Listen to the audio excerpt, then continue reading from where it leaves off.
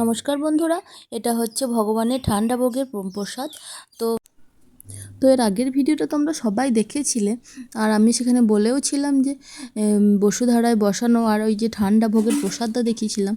তো ওই ঠান্ডা ভোগের প্রসাদটা যে হয় কী কারণে সেই ওটা তোমাদেরকে দেখাবো। তো যাদের বাড়িতে ভগবান প্রতিষ্ঠিত আছে তারা সবাই জানো, আর যারা একটু জানো না আমি তাদের জন্য আর সবাইকে দেখানোর জন্য ভিডিওটা করলাম। তো যাই হোক, চলো। নমস্কার বন্ধুরা, আমি আছি শ্রীমতী টুকিটাকির আরও একটি নতুন ভিডিওয় অনেক অনেক স্বাগত। তো চলো শুরু করি। এই যে এখানে তোমরা দেখতে পাচ্ছ, এটা সকালবেলা ওই 10টা এরকম বাজছে। এখন প্রতিদিনকার মতন সারা বছর এই যে নিত্য সেবা হয় প্রতিদিনকার মতন আজও সেটা হচ্ছে। আর এখানে ভগবানকে ওই যে স্নান করানো হলো, এরপর গা মুছে সিংহাসনে বসিয়ে দেওয়া হবে। তো এগুলো তো নতুন কিছু নয়, এগুলো সারা বছর হয়। আর এই বৈশাখ মাসের মূল যেটা হচ্ছে সেটা হচ্ছে এই যে এত গরম, এত রোদ, আমরা সবাই তো ফ্যানের হাওয়ায় খুব ঠান্ডায় বসে থাকি, তাহলে ভগবানের যে কষ্ট হবে সেটার জন্য বহু যুগ থেকে হয়ে আসছে। তো সেটাই এই দেখাবো। ওই যে পাশে দেখতে পাচ্ছ একটা নামানো রয়েছে পিতলের 3 থাকের একটা জিনিস, ওটাই হচ্ছে বসুধারাতে ওখানে বসানো হয় ভগবানকে।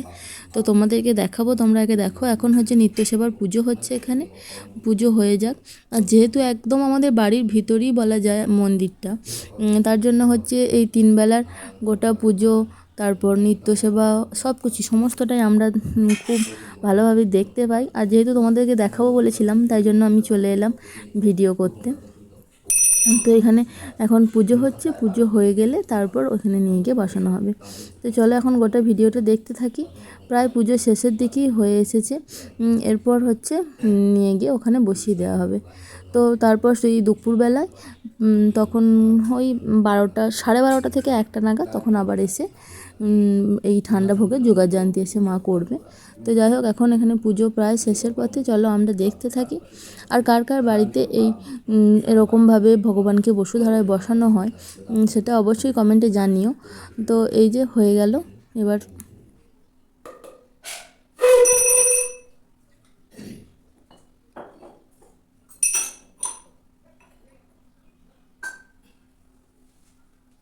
হয়ে গেছে।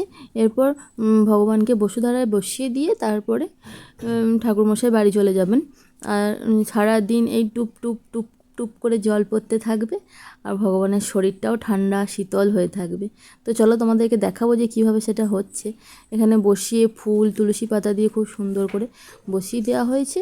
আর এই যে ওপরের ঘটিটা রয়েছে, ওতে জল ভরে ভর্তি করে দেওয়া হলো। এরপর এই ছোট্ট একটা ছিদ্র আছে, আর এই একটা সলতে আছে, সেটার মধ্যে টুকটুক করে যে দেখতে পাচ্ছ টুপটুপ করে জল পড়ছে। এইভাবে পড়ে পড়ে সারাদিন, এই এখন ধরো 10টা বাজছে। আর আবার ওই হচ্ছে যে ঠান্ডা ভোগের পুজোটা হয় 3টে, 3:30 নাগাদ।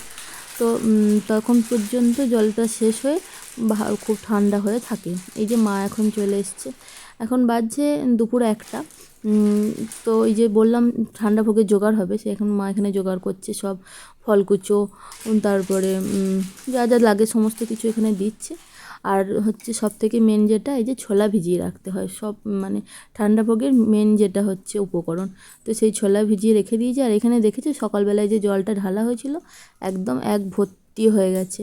তো শরীর একদম ঠান্ডা হয়ে গেছে। এরপর 3টে, 3:30 নাগাদ বামুন ঠাকুর আবার আসবেন, আর এসে ওইখান থেকে জল থেকে তুলে সিংহাসনে বসিয়ে দিয়ে এই ঠান্ডা ভোগের প্রসাদটা ভগবানকে দেবেন। তো সেই প্রসাদ হয়ে যাওয়ার পর আমরাও একটু প্রসাদ পাই। তো এই হচ্ছে গোটা পদ্ধতিটা।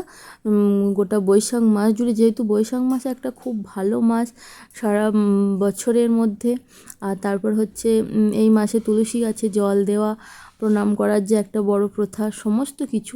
তো সেটা তোমাদের সাথে দেখাতে পারিনি। তো যাই হোক, এই ছিল আজকের ভিডিও, ভগবানকে বসুধারায় বসানো।